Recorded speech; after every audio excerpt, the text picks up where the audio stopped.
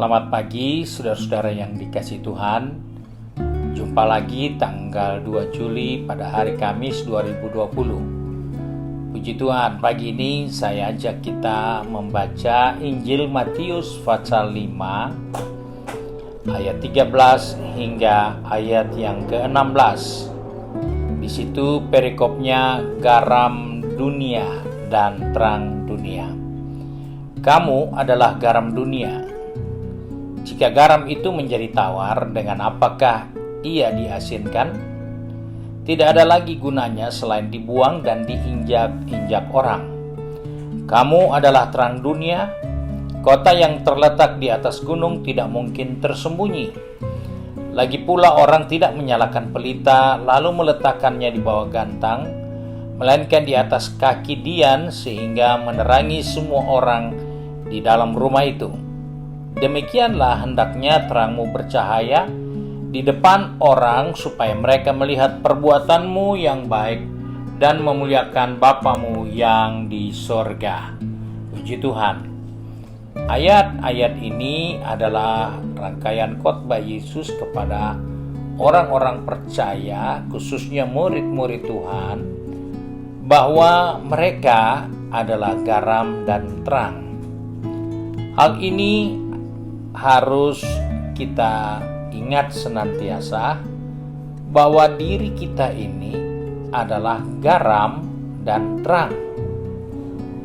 Banyak dalam kehidupan kekristenan, orang Kristen menganggap dirinya sama dengan yang tidak kenal Yesus. Menganggap dirinya bebas seperti yang tidak beribadah kepada Tuhan Yesus Kristus. Dia membawa hidupnya sesukanya. Dia berlaku sesukanya. Semuanya dia buat karena dia berkata, saya sama dengan mereka. Kita manusia biasa, kita orang yang sama. Tetapi Yesus tidak mengenal orang percaya seperti itu. Dia katakan, kamu adalah garam dan kamu juga adalah terang bagi dunia ini. Jadi dalam kehidupan kita harus mengenal siapa kita. Sebagai orang Kristen, dia harus mengenal dirinya berbeda dengan kebanyakan orang yang ada di sekitarnya. Karena dia dikatakan seperti garam. Dia seperti terang.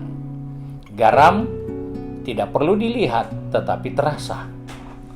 Terang harus dilihat karena kegunaannya sangat besar.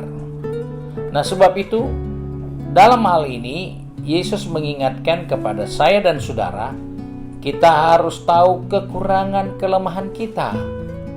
Karena ketika garam itu sudah tidak ada rasa, maka tidak ada guna lagi.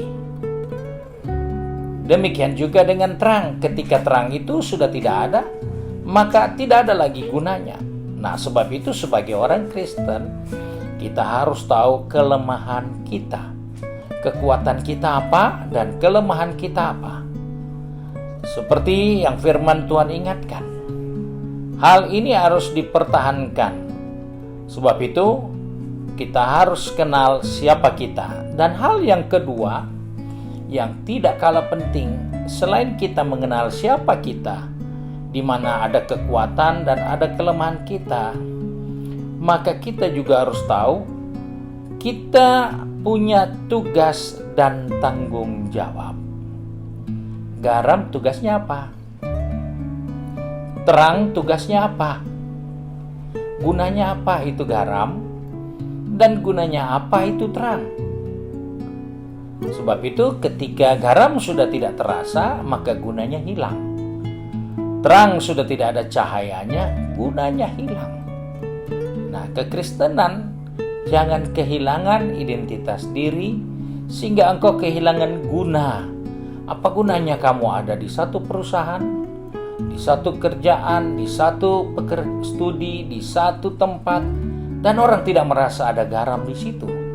Orang tidak merasa ada terang di situ. Orang berkata, semua di sini sama saja. Dosanya sama saja. Kelemahannya sama saja. Dosanya korporat. kelemahannya korporat, semua buat dosa yang sama.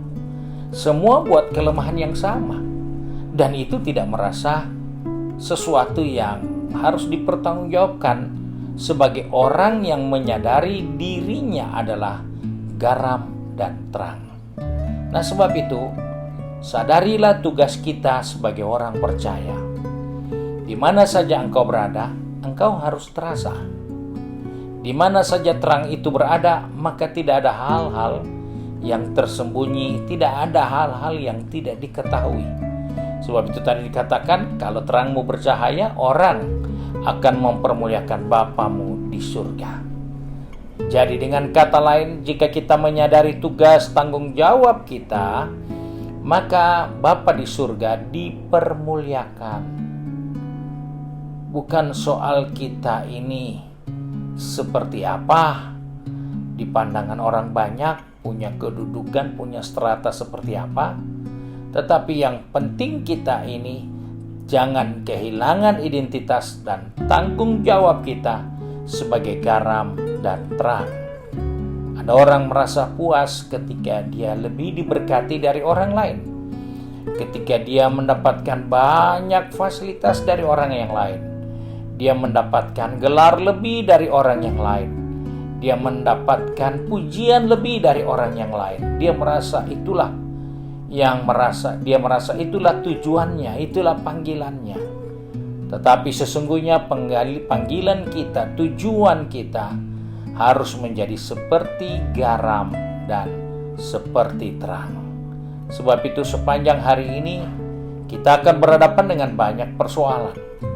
Baik pribadi kita, baik di tempat kerja kita, baik di rumah tangga kita, baik dalam bisnis kita akan berhadapan dan bersentuhan dengan banyak orang, dan mereka akan melihat sikap kita. Mereka akan melihat perbuatan kita. Mereka akan melihat tindak tanduk kita. Mereka akan melihat keputusan-keputusan yang kita keluarkan. Itu akan mempermuliakan Allah atau itu sama sekali tidak ada gunanya. Sebab itu mari pagi ini saja kita datang kepada Tuhan. Kiranya Tuhan tolong kita untuk bisa menentukan langkah kita yang terbaik dalam pengiringan kita kepada Tuhan. Kembali kami datang kepada Bapa di surga dengan mengucap syukur karena hari ini Engkau mengingatkan identitas diri kami. Kami adalah garam dan terang, dan kami akan menjadi berguna ketika orang merasakan kehadiran kami ada manfaatnya. Namun ketika kehadiran kami tidak ada lagi dirasakan apa-apa oleh orang banyak, Tuhan tolong kami, supaya kami tidak lupa identitas diri kami, supaya kami tidak kehilangan jati diri kami. Kiranya Tuhan memegang tangan kami, mengatur langkah kaki kami sepanjang hari ini, supaya kami tetap boleh memberikan rasa yang nyaman, rasa yang membuat orang merasa senang dan bahagia. Terlebih kami boleh menjadi terang yang memberikan petunjuk, memberikan arahan, dapat memandu orang. Karena ketika terang itu datang, tidak ada lagi yang tidak kelihatan. Sebab itu Bapa, kami serahkan seluruh kegiatan kami sepanjang hari ini, dari pagi ini sampai pada malam hari. Biarlah nama Tuhan dipermuliakan melalui kehidupan kami, karena kami melakukan tugas dan tanggung jawab kami menurut kebenaran firman Tuhan. Terima kasih Bapa, kami bersyukur dan berdoa di dalam nama Tuhan Yesus Kristus, Juru Selamat kami, majikan kami yang baik dan setia. Haleluya. Amin. Puji Tuhan, saudara-saudara yang dikasihi Tuhan, jangan lupa untuk kita dapat meneruskan kepada rekan-rekan yang lain. Jika kita belum subscribe, tolong di-subscribe pada YouTube channel ini, dan sudah dapat membagikan kepada saudara-saudara yang membutuhkan renungan harian setiap hari. Dan jangan lupa, ada banyak kegiatan yang saudara bisa ikuti jika saudara subscribe di YouTube channel. Tuhan Yesus memberkati.